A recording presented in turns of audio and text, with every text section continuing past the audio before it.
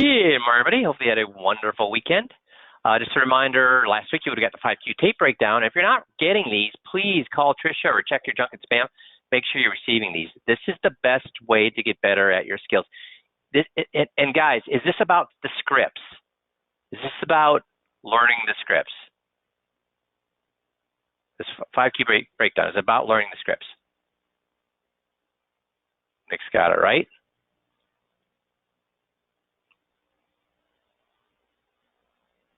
Come on, guys. Yes or no? Y or N? Learning the scripts or not?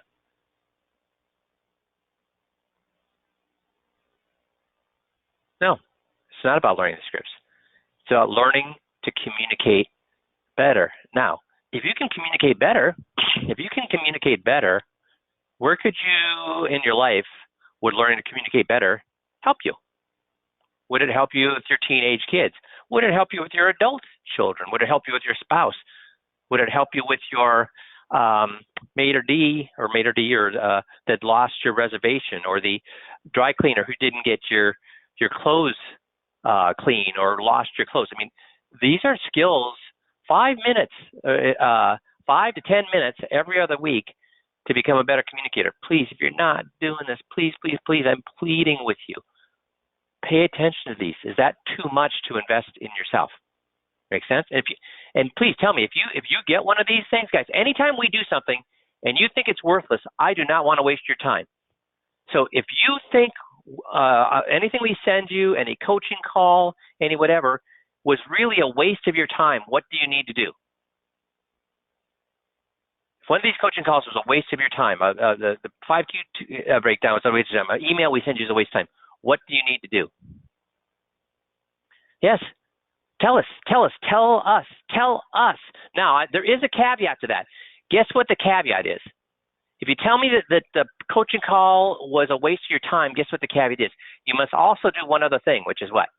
And I think it's a very fair, reasonable thing.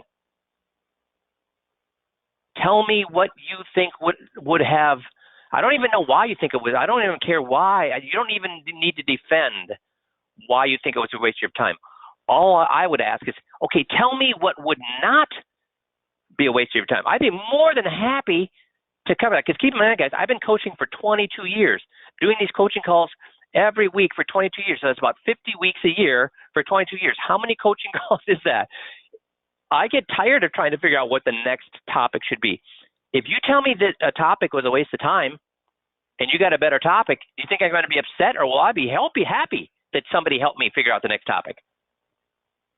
I'm going to be happy. Good. That's one I don't have to figure out for myself. So when we do these things, please use them, or if you don't use them, tell us why they're not why. You don't have to explain why it's a waste of your time. Tell me what would help you better, and I'd be more than happy to do that. Does that seem like a fair way to go forward?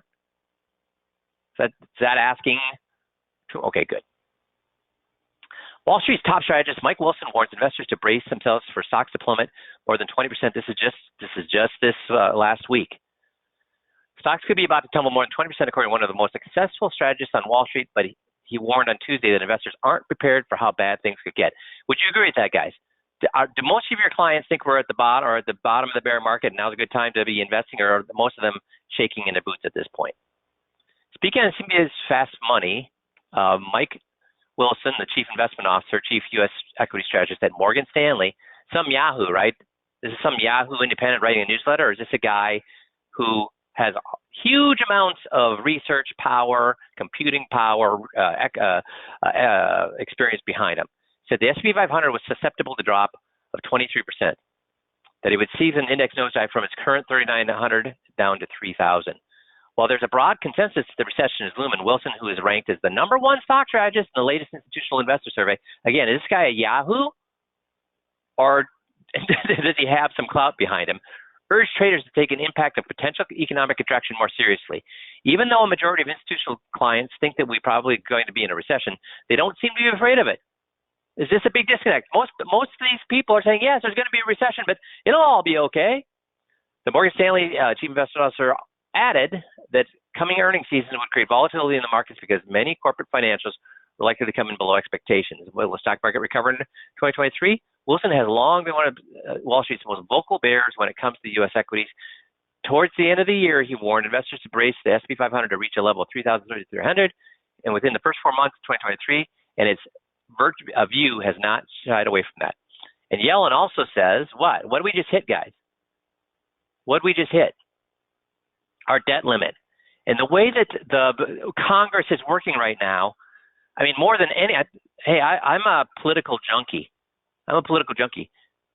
But maybe back in the 1800s, but in modern times, from 1960 to current times, have we ever seen a Congress more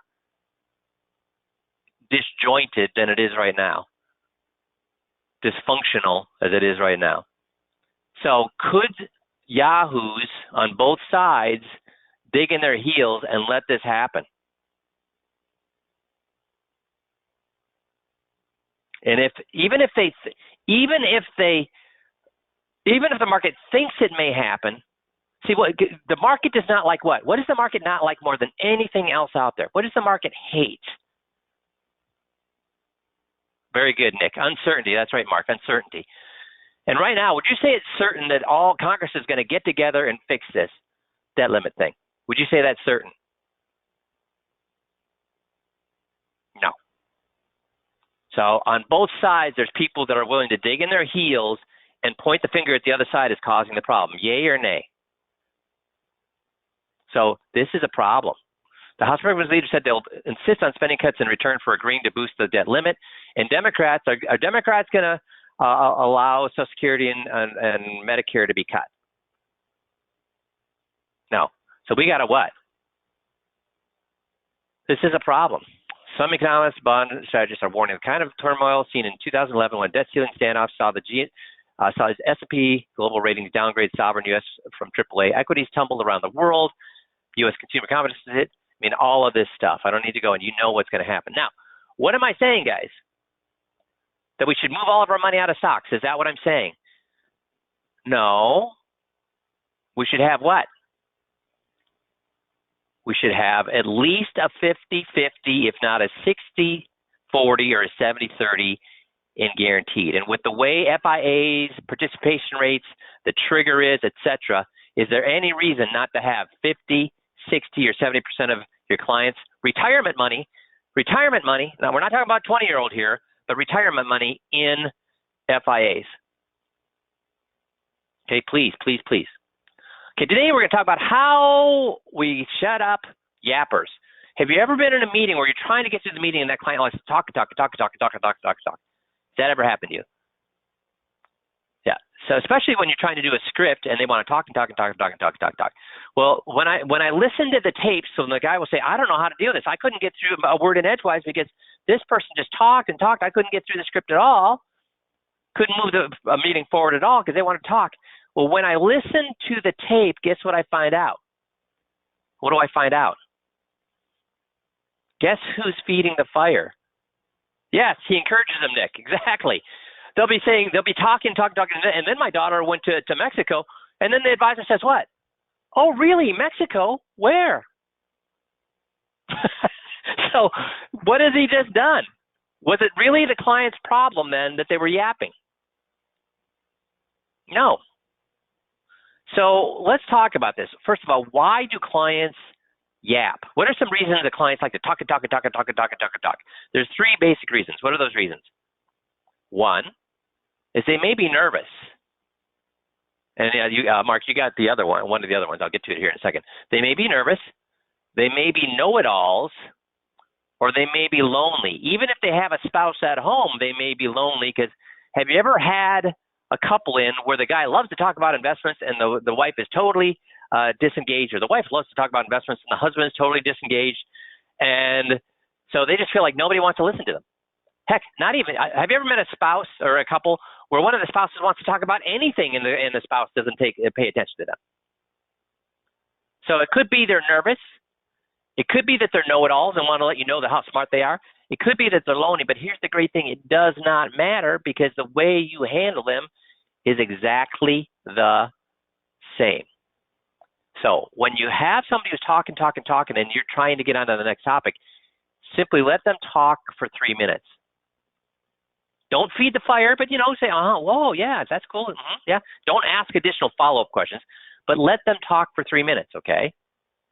And then wait for them to take a breath. Wait for them to take a breath. That little gap, don't interrupt them, but wait for them to take a breath. So don't interrupt them in the mid-sentence, but wait for them to finish a sentence, take a breath, and then jump in and get excited about whatever they were saying. So if they said, let's say they were talking on and on about their daughter going to Mexico. So now I'm watching, and that's the nice thing about having a clock with a second hand behind them. I can time everything in my meeting. I know exactly where I'm supposed to be in a meeting, and so I can, without looking at my watch. You never want to look at your watch, but do they know when I'm looking behind them at the clock that I'm even looking behind them or looking at the clock? No, they don't. So I'm waiting for 3 minutes. They're talking on and on and on about their daughter and how much fun they had in Mexico, et cetera, et cetera. And then they take a breath and say, wow, that sounds like a wonderful thing. It's so great that you could raise a child that could afford to go to Mexico, have a great time, realizes there's a good balance between work and fun. That is what. Thanks for sharing. That warms my heart. And that kind of brings up the next thing that I wanted to bring up. See, then I use a transition statement. That transition statement could be, that reminds me. That actually ties into our next subject. That brings up the next thing we need to talk about. Does it matter whether it really ties into the next thing that we need to talk about? No. Because their daughter going to Mexico has nothing to do with the next topic. But by a transition statement, they're okay with me then asking the next question, getting back into the script. And do they feel disrespected when I do that? Do you think they feel disrespected when I do that? Talk about how great, they raised their children, that they have, that they gave them good values and built character and raising successful kids, and they know a balance between work and fun. But do they think I'm disrespecting them, or are they thinking, well, yeah, I am a good parent, blah, blah, blah, blah. And then when I say, that brings up the next thing we need to talk about, ask the next question. Have you ever been on the phone with somebody? Have you ever been on the phone with somebody? And you want to say something or ask a question, and you let them finish what they're saying, maybe 15 more seconds. They finish, and then what happens? You blank. The human mind cannot juggle two thoughts at one time. So by me telling them how great a person they are for 30 seconds or so, and then saying that brings up the next thing going on, guess what they've forgotten? I mean, did they really want to share that? Is it really super important to them to tell me about, in their minds, is it really super important to them in their minds to tell me about their daughter going to Mexico? Or were they just creating conversation? You're just creating conversation. There's no urge, there's no overwhelming, I got to get this information to Mike. No, they're creating conversation either because they were nervous, because they're know-it-alls, or because they're lonely.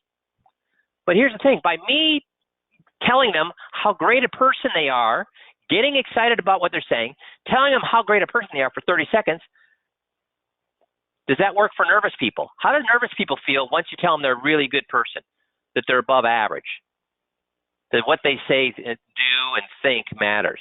They relax. What do know-it-alls do when you tell them they're above average? They're ahead of the class. People should really pay attention to them. How do they feel? Great. How do lonely people feel when you tell them how great they are? They're above average and get on their side. So do you see how that works? No matter why they're yapping, this works. And then you transition and you just get back onto your script. Does that make sense? Now, that will fix it for 80% of people. Let's talk about the other 20% that later in the meeting they start talking a lot again. This time you let them talk for just 2 minutes. Wait for them to take a breath, then jump in and get excited about whatever they're saying, and then say, that reminds me, or you can say that actually ties into our next subject, or that brings up the next thing. And then you get back on your script. I've never seen it happen 3 times in a meeting. But guess how this formula would look if they talked again too much?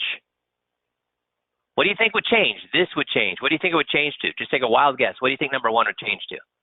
Let them talk for what? 1 minute. That's right. Let them talk for 1 minute and then do the same thing all over it. But I've never even seen it, because it's amazing.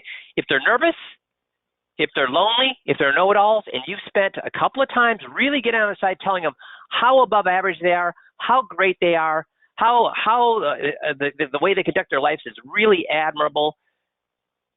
And I've done it twice. Guess what? They relax. And when they relax, guess what they do?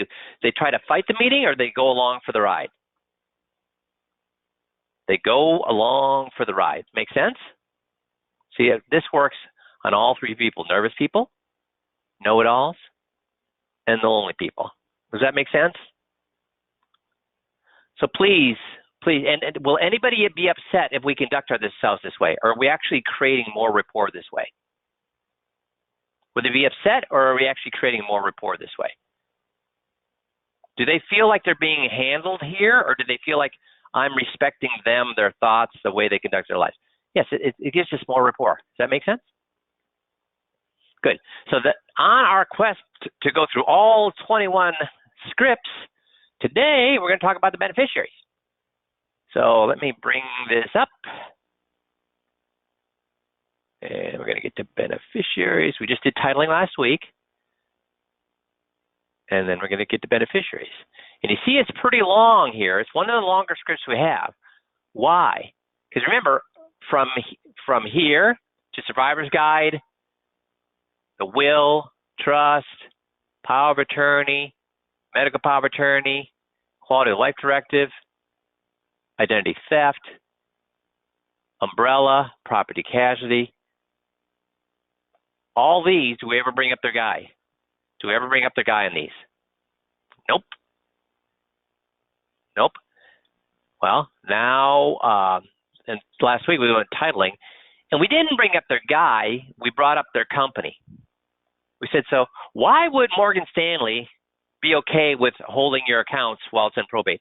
Why would Waddell and Reed be okay? Why would Ameriprise be okay with holding your accounts while you're in probate? See, we don't mention their guy. We let them attack their company. Because are most guys married to their company or their guy? Are most people married to their company or their guy? Yeah, their guy. So, see, first of all, we talk about, for the first non-financial stuff, for the first 40 minutes, we don't talk about their company or their guy. But now they're thinking, wait a minute, my advisor's not doing his job. He better pick it up. He's just simply acting as a salesman. So then I go after the company. Guess how easy it is to go after the company with the titling? And now after they got the titling, they think, wait, my guy is acting more like a salesman. That company is purposely screwing us. Guess how big a leap it is with beneficiaries for them now to start to figure out, wait, it's my guy. My guy's the problem. How big a leap is that going to be? A huge leap over the Grand Canyon or a leap over a puddle? It's going to be a leap over a puddle. Make sense? So let's listen to how we do it here. Next thing we want to talk about is beneficiaries. Now, besides your house, what's your biggest account? Probably 401k. 401k, your IRA and your 401k, exactly right. Yeah. So if something would happen to you, Jeff, who's the beneficiary in those accounts? Rochelle. And Rochelle's beneficiary is? Me. You. That's the right way to do it. So good job on that, because people do get that fouled up. Let me give you a quick example. I had a guy came in and he was just distraught. He was 40 years old, had a 2-year-old and a 4-year-old, and they just lost their wife and mother. Now, and I apologize for interrupting. I do want you to think about something. One of the biggest questions I get with people is, Mike, do you look at their beneficiary forms? Guys, how many people have that paperwork from when they did their 401k or their IRA or their Roth or whatever years ago? How many of them can lay their hands on that paperwork where they put their beneficiaries, listed their beneficiaries?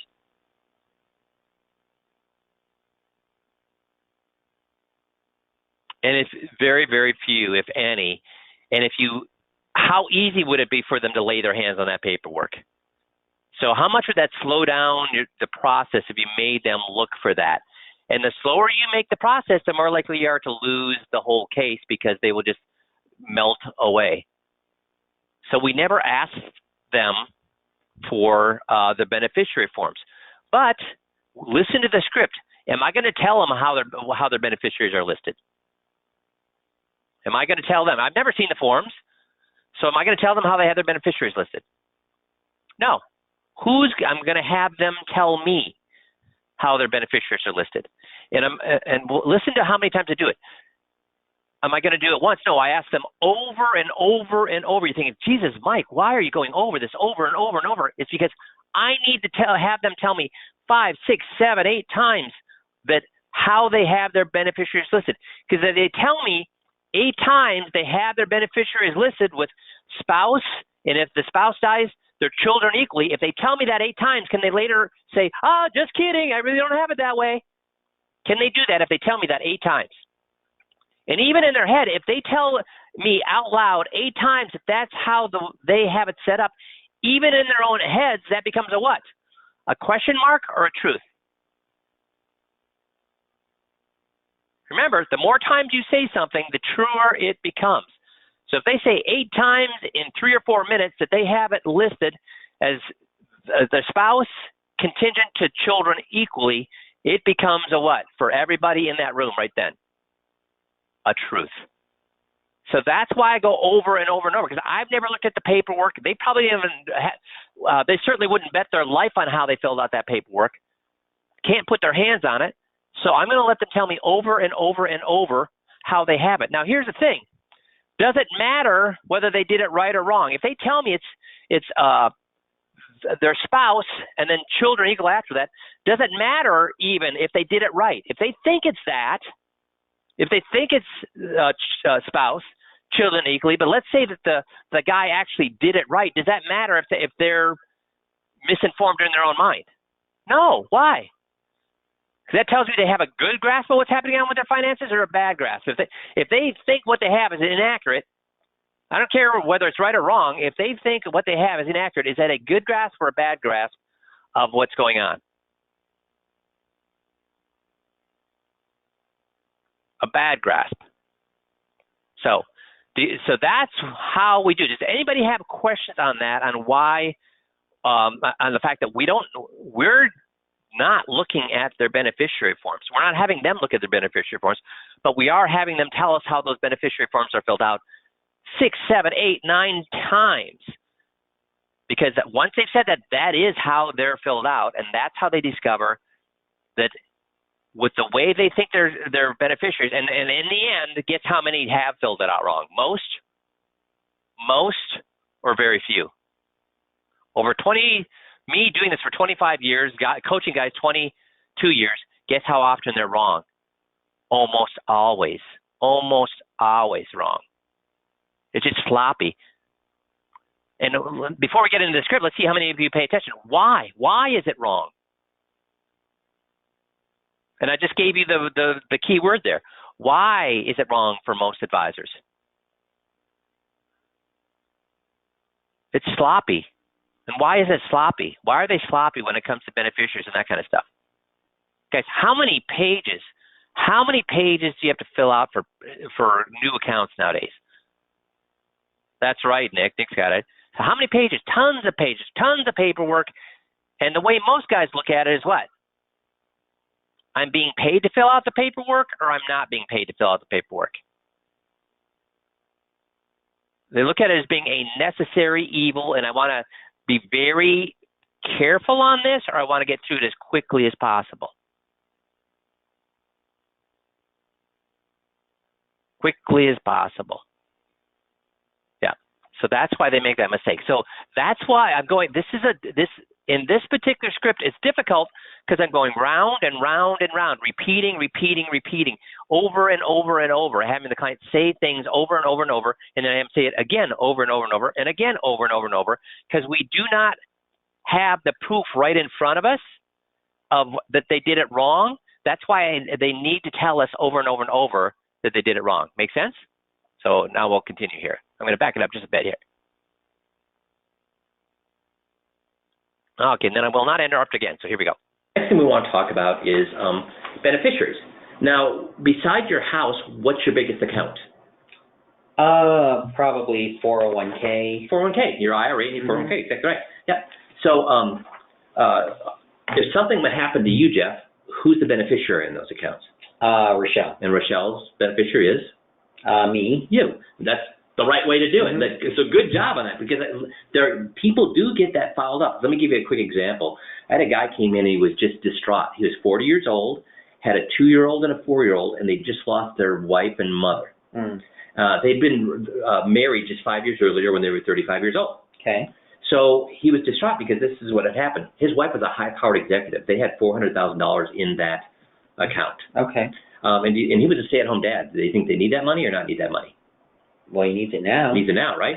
So when she got out of school, again, she didn't get married for 10 years until she was 35, right? Mm-hmm. When she got out of school, she went right to work for this company. And again, she was very successful with the company.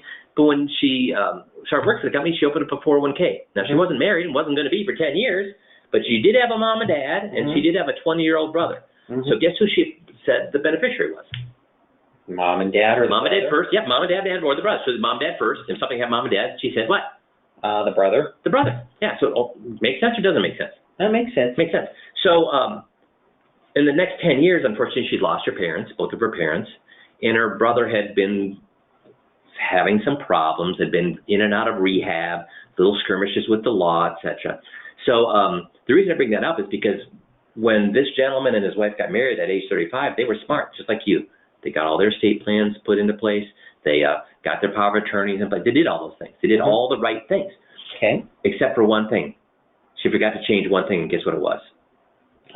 Probably the beneficiary on that account. The beneficiary on the account. Mom and dad are gone. Guess who it went to? The brother. And because a good stand-up individual who's been in and out of rehab and skirmishes with the law, guess what he said? I'm going to do the right thing and give it to this gentleman, or guess what he said? I'm going to keep it. And the gentleman had already been to the attorney, and guess what the attorney told him? Will doesn't apply. Not a lot you can do, yeah. Yeah, so he wanted to know from me. Guess what I had to tell him? Not a lot you can do. So you can have the best trust in the world, the best will in the world, but if it says somebody's going to be the beneficiary, does the will and the trust matter, or whoever you mention as the beneficiary is going to get it? Whoever you say is the beneficiary is going to get it. So you guys got it right. That's perfect. You did exactly right. So now, my understanding, you have 3 kids, right? Yes. Okay. So if something happens to you, Jeff, it goes to who? Rochelle. Let me get my writing utensil working here. Rochelle. And name of your first child? Jonah. Jonah. A.H. Uh-huh. And second child? Mark. Mark. And third? Stephanie. Stephanie. Mind if I say Steph? No, that's okay. Fine. So the way I understand it then is if something happens to you, God forbid, it goes to who? Rochelle. And if something happens to Rochelle, it goes to 80% to Jonah, and then 10% to Mark, and 10% to Steph. Well, actually, we have it going equally. You have it going equally, right? Yeah. Because if you did it anything but equally, what would happen? Well, there'd be arguments. There'd be problems. So I've asked 100 people this. Do you think, how many said, yeah, it's 80, 10, 10? What do they always say? They always say equally. So it goes to your spouse first, and then the children what? Equally. Equally. And now, do any of your children have children or plan on having children? Yeah, actually, they all do. Oh, super. How many does Jonah have? He has 2. 2. And Mark? 1. And Steph? 2. 2. So if something happens to you, God forbid, it goes to Rochelle, then it goes to the kids again, what? Equally. And then if something, God forbid, happened to Jonah. So, guys, how many times has he said now it's spouse and children equally? How many times has he said that? Yeah, 6 times, exactly. Oh, no, where would you want his share to go? To his kids. Yeah, his kids. Because how do you feel about your grandkids? We love them. Love them. I mean, I asked 100 grandparents, what are they all going to say about their grandkids? Well, they love them. Some even tell me that they love them more than who? Well, than the kids.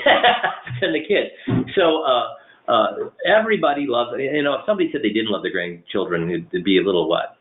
Yeah, it'd be a little strange. A little weird. So yeah, obviously everybody loves them. And again, if something happened to Johnny, you'd want it to go to who? His family, his kids. Kids, and they might need it more than anybody, right? Because Mm-hmm. if they lost a breadwinner, then might they need that money more? Oh, I'm sure they would. College? Oh yeah. Cars? Yeah. Also, if you think about it, if it didn't go to them, could you really fix that? You're up in heaven, right? No, Can you fix it in heaven? No. No. So what might they think, Grandpa and Grandma think about them if they didn't get the share that was owed to them? They might think we didn't care. Yeah, it does. So that's perfect. So it goes to them. Now, if I have something and I want to divide it equally between 3 people, how much did each person get? A third. A third. How about a pie? So I want you to notice here, I'm talking about non-financial things. If I have something and I want to divide it by a third, how would each get? If I have a pie and I divide it by a third, how much would each get? The reason I'm using non-financial things is I'm taking the emotions.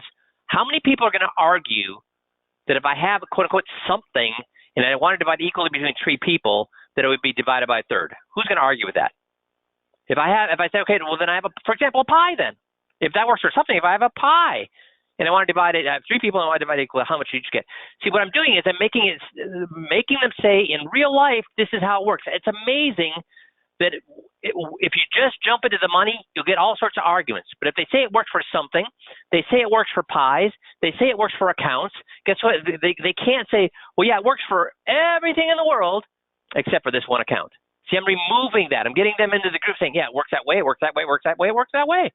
They're not going to, so they won't try to protect themselves. Because some people will see where you're going and say, holy crap, I'm just airing my grandkids. They'll jump ahead of you, but we want them to lock in. No, you said 6, 7, 8 times it's equal, kids equally. When you divide something equally between 3 people, they each get a third. You can't now say, no, that's the way it works for everybody except for my account. You see what we're doing there? So that's why we're talking about something, pie, account, their account. Something, pie, an account, their account. Because they said 3 times that's the way it works for everybody. So if it works that way for everybody, it's going to work that way for them. Make sense? I wanted to be a pie equally between a third. And if I have money, it's going to be what? A third. A third, right? Now, what if I only have 2 people and they want to divide something by, to make sure each person gets it equally, how much would each get? Half. How about a pie? Half. Yeah, I mean, anything divided between 2 people would be what? Half. Right. So, God forbid something happened here and you had 2 children, how much would each one get? Half. And if one gets half, how much is left over? Nothing's left over. Who did we just disinherit? The grandkids. The grandkids. And was that done on purpose? No, actually, we didn't know that could happen. Now, just from talking to you guys, I think you've probably raised some great kids. Yeah. So obviously, are Mark and Steph going to want to make right for Jonah's kids? I think they would. We would hope that they would, right? Now, here's the thing. Guess how the IRS, when they step into this thing, said, hey, Mark and Steph are doing a good thing. Do you think they say that, or do you think they're going to give them a penalty for gift tax? Yeah, I'm sure they'll have to pay a gift tax. A gift tax. And did you want all of your money to go to your family, your kids, your grandkids, or did you want most of it to go there, and then we can send the rest to the IRS with gift taxes? No, we want it all to go to the kids. We want all to go to the kids, right? So we want to do this right the first time or the second time? No, you'd want to get it right the first time. And what did we find out? Well, it's not right. It needs to be fixed. Yeah. And again, this is something we can help you with very simply. Okay. It costs you nothing. Okay. Fill out a form. Okay. And there's the hassle of making sure it all gets done correctly. So now they find out they do have a problem or don't have a problem. And how pissed off is the mother at this point? The mom, the wife. So many tapes I've listened to in the last 2 decades where that lady is fuming because she's just found out what? Her prize grandbabies are being disinherited. Now, is that enough? Because who can fix that for them? Who can fix that for them? Their guy. And they may yell at their guy, but he'll say, oh my gosh, I'm sorry, I don't know how this flipped. I promise, cross my heart, hope to die, stick a needle in my eye, I'll never let this happen again. They say, okay, but don't let it happen again. I cannot stop here. What do I need to do at this point? If I stop here, I got nothing. What do I have to do? Talk about what? Begins with the letter M. Yep. Everybody's saying it. Motive. That's right. Correctly, but we'll have to take care of that. So we found out this is done right or wrong? Wrong. Wrong. So, we found a couple of things that maybe have been done incorrectly here with titling. So who said it was wrong? Everybody answer this. Who said it's wrong? Me or clients? So M or C? They did. Everybody's saying they did. Yep. And beneficiaries, but there are things that your advisor has done very, very well. Okay. For example, he's got some things right here. So when we look at your retirement account, is his name and address correct here? Yeah, that's right. And that's important to you because if something happened to you, how quickly or how easily would you want your kids to be able to contact that person? I want them to be able to contact him right away. So you want them to hide it, or do you want it to be upfront and easy to find? Easy to find. So is this correct? Yes. Yes. And now it would also be important to him. Why would this be important to him? If somebody else's name was there, how would that affect him? Well, he wouldn't get credit for the account. And by credit, you mean what? He wouldn't get paid. He wouldn't get paid. So it's important to you, but it's also important to who? That's important to him too. Important to him too. Now, is the amount right down here? Yeah, I think so. It better be right to the what? To the penny. To the penny. And because you worked how long and hard for that? All our life, really. Yeah, all your life. So it better be accurate, and I'm sure it is. So that's important to you or not important to you to have that right? No, that's important. Yes. And is it also important to him? Yeah, he wants us to see that he's doing a good job. Yeah, if it was inaccurate, what would you think about him? Yeah, he's not very thorough. Not very thorough. Now, does it also affect him? Because if that's $300,000 or $30,000, will that affect him at all? Yeah, I mean, well, $300,000 would be better. For who? For everybody. For everybody, and obviously for you. So why is he concerned about this number being right, though? Because what does it also affect? Well, I'm sure it affects how much he gets paid. Well, does it get paid difference on $30,000 versus $300,000? Yeah, I'm sure he makes more on $300,000. So he wants to make sure this is what? He wants to make sure it's right. So he's got a couple of things right? Mm-hmm. Address, his contact information, that. Now, we did find out he did one thing wrong, which was what? Well, the beneficiary form. Now, do you think that investment salespeople get paid extra to fill out an application, or is that part of their job? I would think it's just part of their job. It is part of their job. What did I call their guy? Did you pick up on that? What did I call their guy?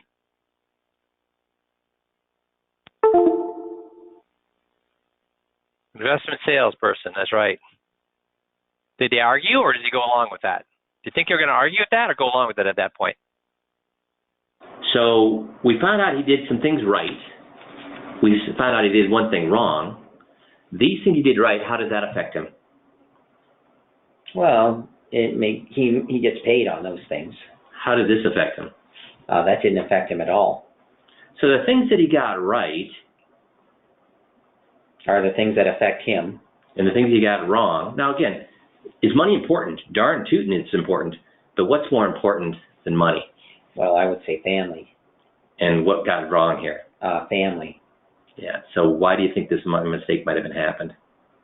Well, I'm sure he didn't care or wasn't important to him. He just didn't. He overlooked it. Yeah. Yeah. And again, with family, do we want things overlooked? No. No, we don't. So again, we're going to take care of that for you. Okay, so no worries, except that, again, we want things done right the first time or the second time. Well, the first time. The first time, yeah. And that way we don't have to worry about fixing things after the fact. If to worry about fixing things after the fact, is that easier or harder? No, it's harder. Yeah, it's harder. So we also learned that you. So how many of you would like me to sit down with your client? You don't know I'm sitting down with your client. You have no power over where I'm sitting down with your client. But I secretly, guys, you're secretly meeting with the client. Are they telling their advisor they're meeting with you? No. So how many of you would like me to secretly meet with a client and do this script with them?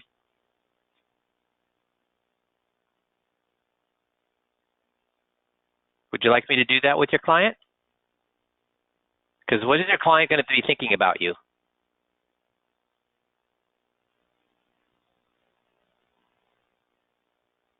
So if they think about you that way, isn't that kind of the power? See, that's the power of these scripts, guys. Each of these scripts, this script by itself, how damaging, we're talking about 21 different scripts. How damaging is just this one script? How damaging is just this one script to your relationship with your clients? You see how when you learn the 21-point checklist, each one of these scripts on their own could create severe damage to their relationship, their trust to their current advisor. Did I say a bad word about their advisor with this script? Did I say a single bad word about their advisor? Did I say their advisor did anything wrong? Did I say their advisor was bad? Did I say their advisor doesn't care about them? Did I say a bad syllable about their advisor? No, they did. How powerful is it to learn scripts like this, guys? If you had 21 scripts that did this, would you be afraid to market? I sure the heck hope not. Are you starting to see or be reminded why this script, the 21-point checklist scripts, not this script in particular, but the 21-point checklist scripts has a 94% closing ratio? And the other 6%, why don't we close the other 6%? And I would argue we should have lower than a 94% closing ratio, because I've told guys to turn people away that they took anyways. And I just had one of our top performers said, Mike, you know that client you told me not to take 2 years ago? I took him, and God, that's the worst decision I ever made. So who are these other people? Who is the other 6%? Or I would argue it should be like 10%. Yeah, the people you do not want, because they'd be a pain in the behind to work with. So guys, if you get these scripts down, the world is your oyster. You can make $2 million a year. If you don't want to make $2 million a year, great. Work 20 hours a week and make $1 million a year. But you can't make any more money until you what? Learn. Can you move clients because you have a good product, guys? What if you have a fantastic product and you have a fantastic presentation? Can you move them? Can you move somebody that if you have a fantastic product presentation? No, you cannot. Why? Why can you not move them? Why? They can get it from their guy, Mark. That's right. They can get it from their guy. And do people like confrontation? No, nobody does. Is leaving their current advisor confrontational, even if their guy is nice, they still have to say what? I don't like you. I've chosen not to work with you anymore. I'm moving all my money from you. How many people are comfortable doing that with their broker? Whether they hate their broker or like their broker or love their broker, how many like to do that? They don't. So they don't like confrontation. Do they like hassle? No. And is moving their accounts to you full of hassle? Yes. So it's amazing. It's amazing. It's amazing how many mistakes they'll forgive and keep that money with their guy. Yeah, they'll yell at him. Yeah, they'll threaten him. Yeah, they'll say, you better not do this again. And guess what the guy says? Yep, cross my heart, hope they die. Take things on my eye, I'll never do it again. See, they'll forgive mistakes. They'll forgive mistakes. What will they not forgive? They'll forgive lots of mistakes. What will they not forgive? Motive. That's right, motive. Somebody purposely doing them wrong. Somebody purposely disrespecting them. Somebody purposely withholding information to make more money on them. They will not forgive that. So if you have these scripts down, how afraid will you be to market? What if here's the funny thing. Let's say you marketed and you did a seminar, and people are filling seminars over and over and over again. But when people, and I think you realize that, but then your next fear is, well, yeah, but what if I can't get any appointments?